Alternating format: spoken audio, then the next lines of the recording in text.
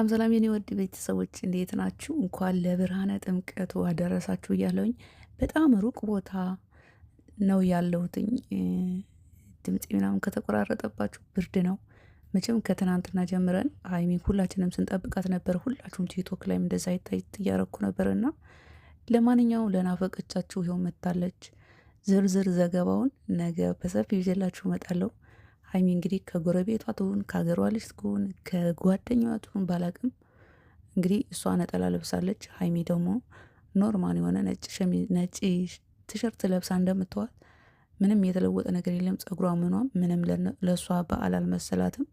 እንግዲህ እነ ብሩክ ምናምን ከባግራውን እንዳሉ ዝርዝር ዘገባውን ነገ በሰፊ ይዤላችሁ እመጣለሁ። ለማንኛውም ሀይሚ ለናፈቀቻችሁ ሀይሚ ሀይሚ ሀይሚ ያለ ጨረቃዎች ምንም ድምቀት የለም። ጨለማ ነው ጨለማ ነው ላላችሁ ይኸው መታላችኋለኝ በሰፊው። ግን እኔ በጣም ትልቅ ጥያቄ አለኝ። ለምን ከባክግራውንድ ብሩክ እንደተደበቀ ለምን እንደዚህ በራሳቸው ለምን በራሳቸው ፈታ እንደማይሉ ለምን እንደዚህ መሳቀቅ ፈለጉ የሚለውን እንግዲህ በዓላቸው ነው። በተለይ ለኛ ለኦርቶዶክስ ተዋሕዶ እምነት ተከታይ ለሆኑ በሙሉ ትልቅ በዓላችን ነው። ጥምቀት ማለት እንግዲህ ትርጉንም አላወቁት ሊሆን ይችላል ወይ ምናምናም ብቻ። ለማንኛውም ዝርዝር ዘገባውን ነገ በማስረጃ ይዤላችሁ እመጣለሁ።